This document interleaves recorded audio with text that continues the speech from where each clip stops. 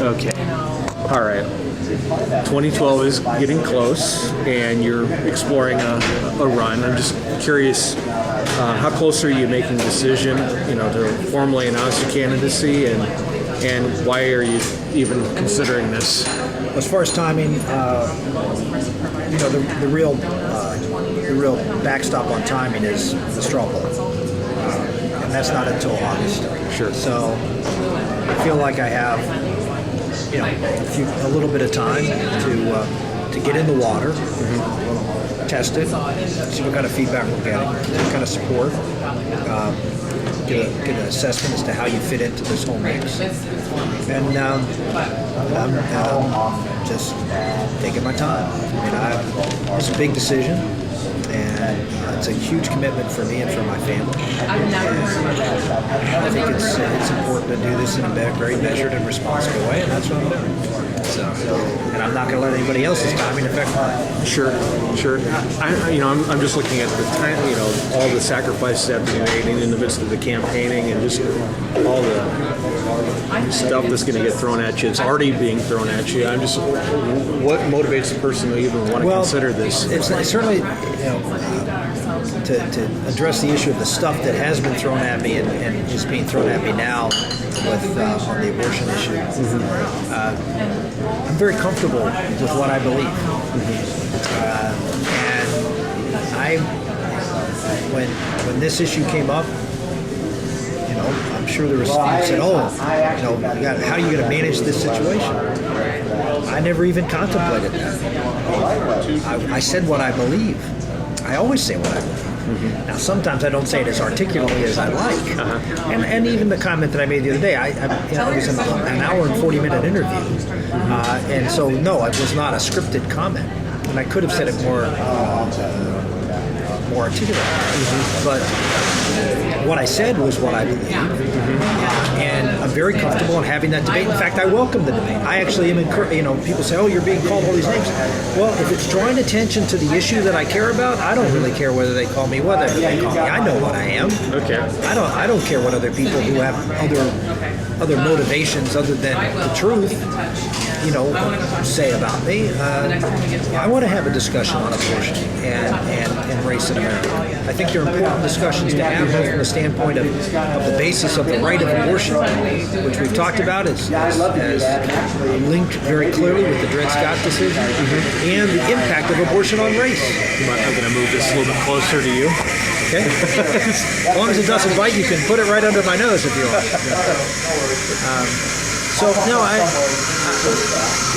People say, you're going to get through a ringer. Well, most of the stuff that you put through a ringer on is what you believe in. I'll jump into that ringer. I have no problem. I hear this all the time. I heard it this morning when I was at the West Side Conservative Club. I got that right on the radio. I was really concerned I got that wrong. I was at the West Side Conservative Club, and I had people come up to me, and I get this all the time. And this is from a conservative group. Boy, I learned a lot this morning. I've never heard that perspective on things. Well, that's because everybody's afraid to talk about it, and they don't trust the American public with the complete answer, or the underpinnings of why you feel the way you do. It's not just here's my position, but here's why I have that position. And people don't want. A lot of politicians don't know why. They have positions because they think, well, that's just sort of what a position should have, or it sort of makes sense. Yeah. But I don't take positions because it fits into a structure and a worldview that is consistent, and so I'm very, very comfortable going into that ringer. And the ringer that nobody likes is personal attacks and things that with respect to you and your family and have nothing to do with issues which can and are very hurtful. But that's if they can't beat you on the issues, they try to divert away from the issues and attack you personally. Okay. Well, since we're on the topic of life, I think you're probably aware. I know you had lunch the other day with Jen Bowen of Iowa Rights to Life, so you're probably aware of House File 5. and the debate we're having even amongst conservatives regarding the ban on late-term abortions, and the debate that we're having among as conservatives is whether we take the incremental approach or whether we just go for the gusto and just focus on a personhood amendment. I'm just kind of curious because I mean you were heavily invested in the federal ban on partial birth abortion. What's your thoughts on that issue? Should we just forget about incrementalism? Or I don't even like that term because I think incrementalism is if you're just taking a short-term approach. I see it as more of a strategic approach toward a longer-term goal, and that's seeing Roe v. Wade overturned, and seeing the personhood amendment and abortion's outlawed. But anyway, I don't put words in your mouth, but what are your thoughts on should we focus on a personhood amendment, or should we still look at banning abortion where we can, whenever we can? I guess I would say that both sides have a viable and a strategy that is viable and that should be respected. Mm-hmm. And the first thing I would say is that as long as the intent of both strategies is to get to the same goal, mm-hmm. then you have to respect people's tactical judgments as to how to get there. So what we're not talking about here, in the military, there's vision. There's the commander's vision. Mm-hmm. Then there's the strategy, and then there's the tactics. Mm-hmm. On the vision level, everybody is on the same level. As long as the movement says, vision-wise, we're all on the same page, then I think claims from one side or the other that they're evil or bad, or you're trying to destroy the movement. Well, if your vision is the same and you're convinced of that in their heart, then you have a debate over the strategy of how to accomplish that. And that's the strategy could be, as you mentioned, a step at a time, mm-hmm. okay, which is a strategic approach. The other can be, well, we're going to go and just do one thing and only focus on one thing. Mm-hmm. And then the tactics are, well, how do you tactically do that one thing and accomplish your goals? Mm-hmm. And what measures do you adopt to get to your mm-hmm. approach to bring the public along to get to where you want to go? Okay. So, both are viable ways of approaching this, and it's a healthy debate as long as we accept the honorable intent of both sides. Yeah, sometimes I think that's where, at least I've seen this, some of that's gotten abandoned, and we're kind of becoming, we're seeing, I've seen too far of it, too much of it anyways, conservative circular firing squad. Yeah, that we're just... I think it's really important, and I would say to those who are involved, is not to look at someone who is arguing we have to go the whole way, mm-hmm. we can't do anything, and say they're trying to destroy the pro-life movement. And conversely, the people who want to go the whole way and oppose a step-by-step approach, mm-hmm. saying, "Oh, well, you are trying to destroy the pro-life movement because you're selling out for something less than the good." Both are wrong. Mm-hmm. Both are absolutely wrong. And I think if there's anything that I would say to the groups out there today, cool that rhetoric. Mm-hmm. It's not helpful, and it is destructive. We can disagree on strategy and tactics and still agree on the vision and be good people trying to serve the Lord and trying to serve our country. Absolutely. Okay. Kind of going back to the thoughts of running 2012. What sets you apart? Why should someone, if you decide to run, give their support to you with the upcoming Iowa caucus? I think a lot of things I just talked about. The fact that I'm comfortable in my skin, mm-hmm. and I have someone who not only is a conservative but understands why I'm a conservative and can articulate that, mm-hmm. I think, in a compelling way that is not common in politics. I'm someone who's proven I can win against Democratic incumbents. I defeated a Democratic incumbent to win my House seat in a race I had no chance of winning. I defeated a Democratic incumbent to win my Senate seat in a race that had almost a million more Democrats than Republicans in the state of Pennsylvania. And I won. I've won in tough states.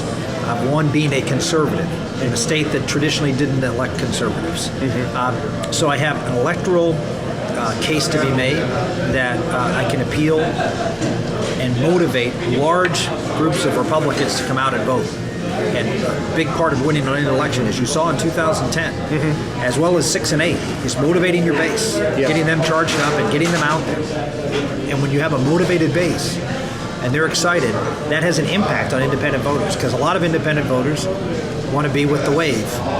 They sort of get that. So a lot of independent voters are not swayed by ideology. They're swayed by other events. And I think an exciting and well-motivated campaign can have a huge impact on independent voters. And I think I showed that in my elections in Pennsylvania. And so you have a combination of someone who has strong core convictions that he can back up and articulate and persuade and move the country in the right direction, combined with someone who has a proven track record of defeating Democratic incumbents and getting the votes necessary in tough states to be able to win. Okay, I just thought of another question, kind of piggytail on that. And I'm sure you're going to be asked this. What about '06? What did you learn from that experience? Don't run in really bad election years.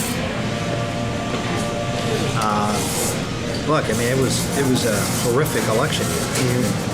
We lost, I don't know how many, we lost 5 congressional districts in Pennsylvania. We lost the state legislature in Pennsylvania. Our gubernatorial candidate lost by more than 20 points. I mean, it was a meltdown. We had 2 of our congressmen, which one's office was just raided by the FBI 2 weeks before the election. The other was accused of having a mistress and almost choking her to death. So, I mean, and they were on the ballot. Yeah. I mean, it was horrendous with ethical scandals that demoralized our base and energized theirs.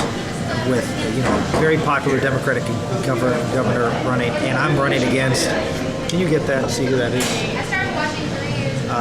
Popular Democratic incumbent governor running, and I'm running against the best name in Pennsylvania, Bob Casey. So it was a combination of factors. Plus, I was closely identified with the president in an unpopular war, and I was to the right of the president on the war. I thought we should. I was for the surge before anyone was for the surge. I was for defining the enemy, and going after and talking about radical Islam in very clear terms that nobody else was doing. I was for being aggressive on Iran at a time when no one was even talking about Iran. So and plus I had weathered 2 years of television ads. 2 years. They started running ads 2 years out because it was right after Daschle lost, and they said, well, this is our revenge of Daschle. He's a Republican leader in a tough state. And so they started, right after the election, started running ads. And the news media, which is ultra-left in my state, just beat the living out of me. Yeah. And so it was a combination of those factors. And a lot of folks, when they're facing a tough election like I was, decide not to run again. Yes, because retirement was a good option. And maybe I should have retired. Maybe I should have just stepped down. But again, I didn't run for office first time because all I wanted to do was win. Okay. You get a chance to. You get a chance to listen to the State of the Union address last night. President Obama said in his address that the economy is growing again. Do you agree with that? No. Okay. Well, I mean, it's anemic. Yes, the economy is not in recession, but it's not growing at a rate that will improve the quality of life in America and create jobs. And that kind of growth is, in my mind, clearly attributable to the policies of this administration. That's where we are right now. What did President Santorum do if faced with a similar circumstance? Create a pro-growth agenda and the most important part of that pro-growth agenda is the regulatory environment which we operate under. What President Obama has done with his rules and regulations, and he affirmed his duty and right to do that again last night. So we're going to review and get rid of unnecessary rules, but we're not going to limit ourselves to go after more. So, his hostility to business, in spite of his recent entreaties to them, is legend. And the implementation of the things he's already passed that are going to be choking off business opportunities and throttling small businesses with cost, those things have to be repealed. So we had to repeal some of this expansion of government, scale back the executive orders and the regulations that are going in place, and write them in a way that encourages growth and investment, and create some. I think obviously tax reform is an important part of that. I'll be coming out with some ideas on tax reform, but create a climate of growth and allowing America, or creating a situation in America where we can be more competitive in keeping jobs here and attracting jobs from overseas. So that's sort of the short of it. But there's also just an attitude of, which I talk about all the time, of government controlling things, and that the government is the one that should be the ultimate decider of how we allocate resources in our society. I think that attitude scares investment, and there's trillions of dollars sitting on the sideline. I think we'll continue to sit as long as this president is in office. Okay, looking at Obamacare and healthcare reform, and Republicans are wanting to repeal and then replace. What do you think we should replace it with? Look, I think we need a candidate who can go out and talk persuasively on health reform and be someone who is unalterably opposed to Obamacare and everything it stands for. And that is an essential for this election. So we nominate a Republican that can do that. In 1994, when I ran, the major issue in my campaign, I ran against the guy who ran an ad in 1991 that was drafted by Paul Begala and James Carvin, who said, if you have a right to a lawyer, you should have a right to a doctor. And that guy, Harris Wofford, beat the sitting Attorney General of the United States, Dick Thornburgh, former two-term governor of the state, popular figure, and then led to Bill Clinton's health care mandate. And Wofford was the sponsor of Clinton Care in the United States Senate, and carried that ball. Well, it was front and center. I know how to run on health care. I ran an entire race, and all I did was go around and do health care town meetings, and talking about government-run health care and what Clinton Care and what the Democrats want to do. And so I know this issue backwards and forwards, and I feel very, very comfortable getting into the weeds if necessary as to why the trusting people and patients more than trusting managed care companies and the government is a better way to administer health care in this country. Okay, so just some practical ideas.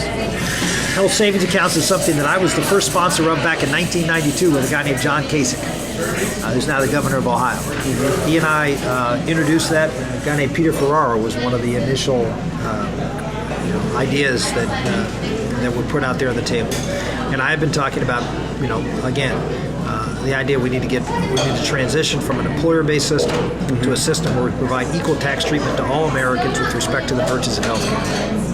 And to the extent that we can make that individually based and have states play a role with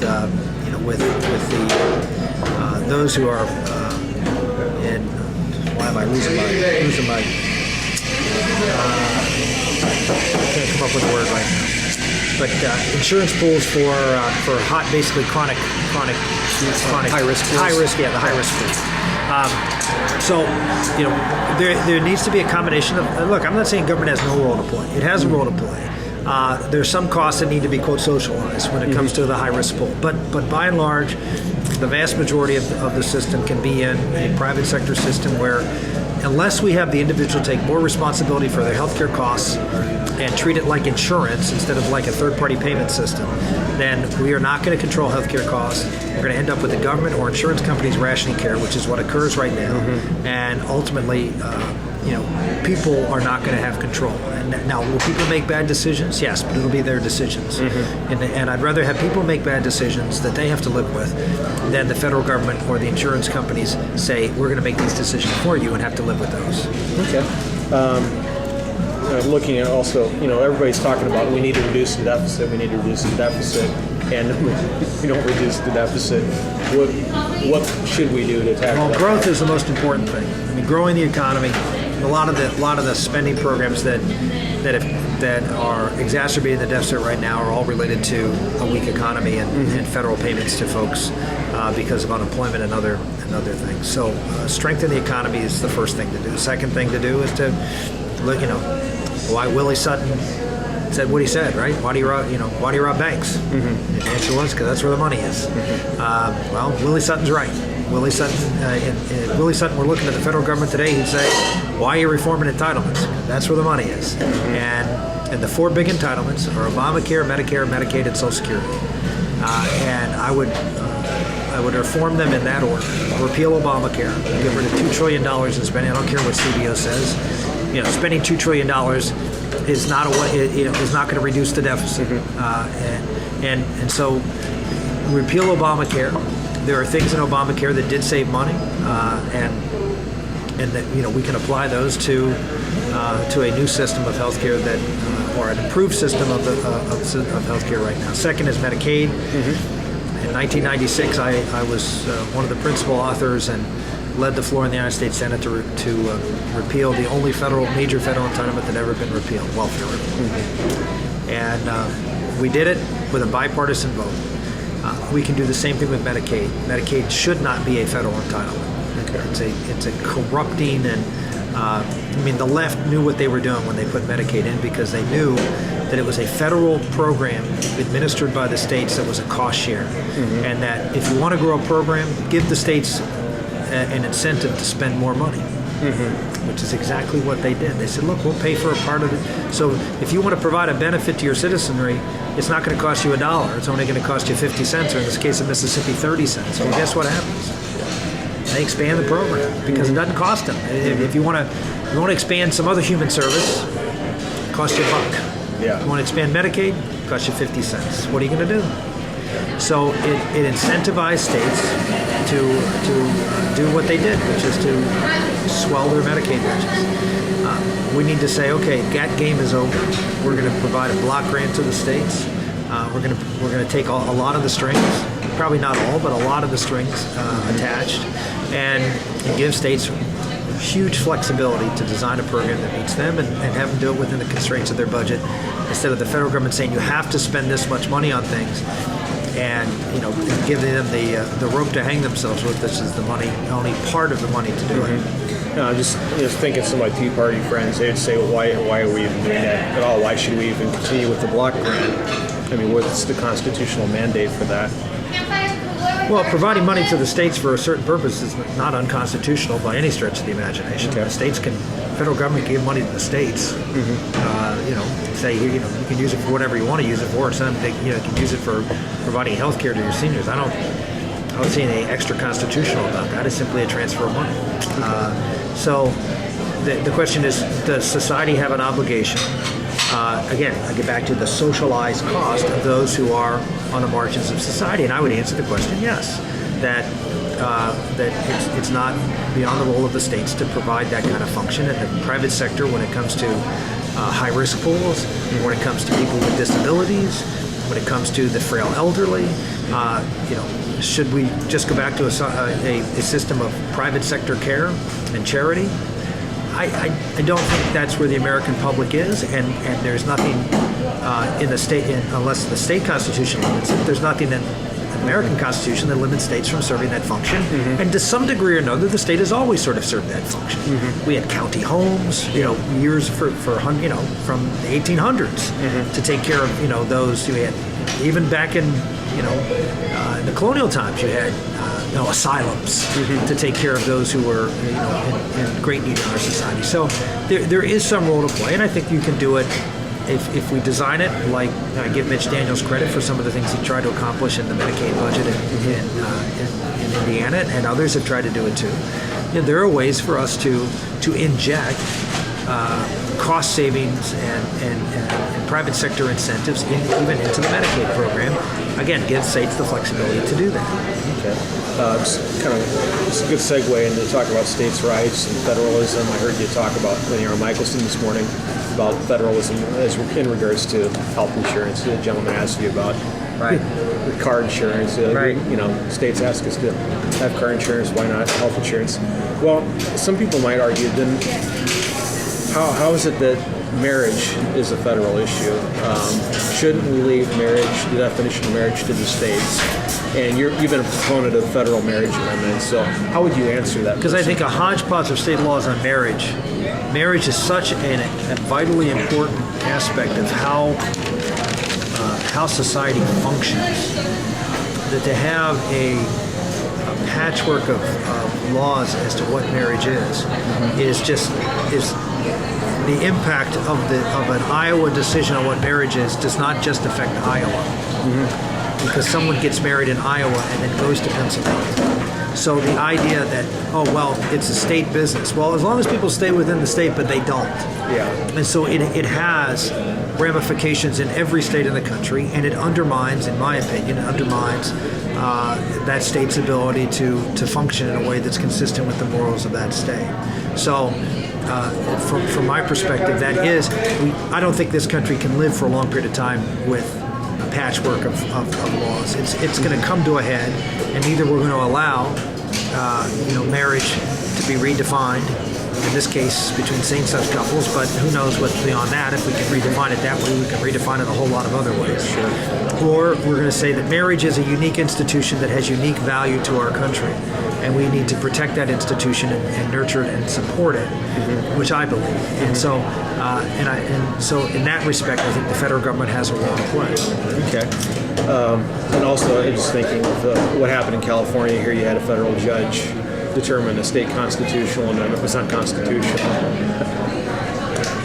It's a joke on its face. It is, which kind of leads me to the next question. As far as we have a runaway judiciary, and you were involved in you were on the judge bus here in Iowa, and involved in the effort to boot out 3 of our Iowa Supreme Court justices. How do we rein in a runaway judiciary? What should a proper role of the judiciary be at the federal level? The whole understanding and acquiescence of our founders to the concept of Marbury versus Madison was wrapped in this issue called judicial restraint. And it was understood that the courts were to be the least powerful branch of government. They were third of the first three articles. The Congress was to be the most powerful, then the president, and then the courts. And the court's role as being an arbiter on constitutionality was established and acceded to because of a tacit understanding that they would use that in extraordinary circumstances and be restrained in its application. Well, that has been thrown out the window. And so courts have abused their power. And so when you have an abuse of power, it is proper for the other branches of government to put that power back in context. And so there are lots of things that you can do to contest that. We can limit the jurisdiction of the courts when they, and by the way, as you know, in several places in the health care bill, the Democrats limited the jurisdiction of the court to find whether something was constitutional. Yell and scream if we did that, I'm sure. Well, we try to do that. We had some court stripping amendments that that the House passed. The Senate never was able to pass them. But so stripping issues away from the court is something that Congress can do and have a good fight with the court to do it. Second thing, we can eliminate courts. I, for one, believe we need to abolish the Ninth Circuit. Yeah, it was Andrew Jackson that did that. He defunded the court or eliminated the court. Right. Well, yeah. I mean, you can. I mean, there is historical precedent for it, and I think there is a compelling case that the Ninth Circuit is a rogue court that should be abolished and replaced with 2 or maybe even 3 circuits, new circuits with new judges that they have disqualified themselves in their approach to the law, and it's certainly within the rights of the Congress and the president they created the court, they can get rid of the court, and so I would continue. I would advocate for that, and I think that would send a pretty clear message that we want justices who are restrained in the way they approach. And I'm talking about restrained from the standpoint of left and right. I'm just thinking in terms just in looking at the Iowa picture and what went on in the gubernatorial primary and the debate surrounding the Supreme Court decision back in April of '09 to basically overturn our Defense of Marriage Act, and one camp saying, on day one, I'm going to sign an executive order placing a stay on that Supreme Court ruling. What is, I guess, I'm framing this in a question instead of just making a statement, but what is your thoughts on? What are your thoughts on the role of the executive order? Does the president have the authority to, by executive order, in your opinion, challenge the constitutionality of certain? The president is a constitutional officer. It has the right to interpret the Constitution just like the court does. And if the president disagrees with the court, it has every right to contest that and put that before the American public and ultimately, eventually, the court, because someone's going to say, well, the president doesn't have that authority, and bring it before the court again. Okay. So I would say that that's part of the checks and balances that we've talked about, and I have no problem pushing back on the court when I think they've got it wrong. Okay. Let's see. President, back in the State of the Union address, President Obama spoke a lot last night about education, and in particular, really kind of put forward his race to the trough. The race to the top program. What should the federal role in education be? Limited. Okay, how limited? Yeah. Well, look, I'm of the belief that the education system in this country should be focused around serving the needs of, what am I going to say? Parents. Parents. That's right. Serving the needs of the parents. Now, you don't hear many politicians say that. Mm-hmm. They'll say serving the needs of children. Mm-hmm. But I don't think the educational system is there to serve the needs of children. Mm-hmm. To serve the needs of parents. Now, that can be, someone can snip that and say, Santorum doesn't believe the education system should be there to serve the needs of children. They should serve the needs of children through doing what the parents think is best for their children. Mm-hmm. Now, there may be situations where there are no parents, and so the education system has to, local parentis, right? Have you serve in the place of a parent. But when there are parents, this educational system should engage parents in designing a educational experience for their children that suits their children. Mm-hmm. We have a factory model of education that was created 100 years ago, and we haven't changed it. These schools that we have are as a result of the Industrial Revolution. Children weren't educated this way. Mm-hmm. Why? Because it was an agrarian society, and everyone had local schools, and there were kids from all different ages that worked together and did things together, and you had homeschoolers and everything else. But when people moved to the cities and into the factories, with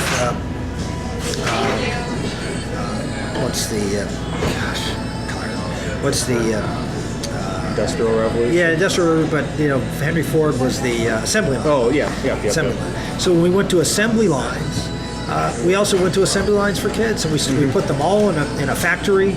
We divided them up into the same ages and put them in and created an experience that is not anything like what they're going to experience in the rest of the world. Mm-hmm. And the government took it over.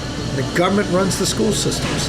It was local communities, but ever since it's been, now that went up to the state, now it's up to the federal government. Mm-hmm. And what we need to do is get back to, now that we are a just-in-time, lean, fast, customized, we can customize. Mm-hmm. Let's go back to the 90s. And talk about the revolution, the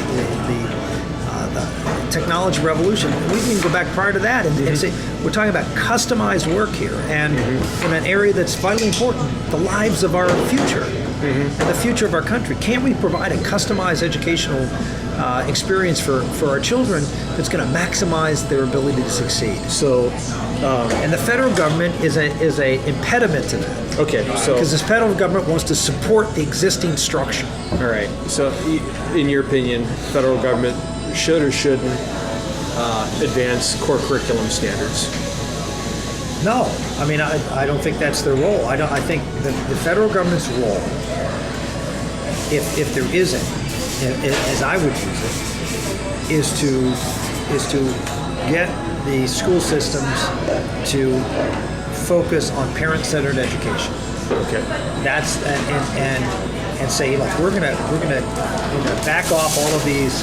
Here's how you have to do this and this and this, and say, let's just get to where every parent at the beginning of the school year, a couple months before the school year, sits down with the administrator or somebody and says, here's what we're going to do for your kids in the school system. We're going to take a plan by plan, we're going to have them design a plan, and that means if they're going to go to West Des Moines Elementary, then that's great, because you know what?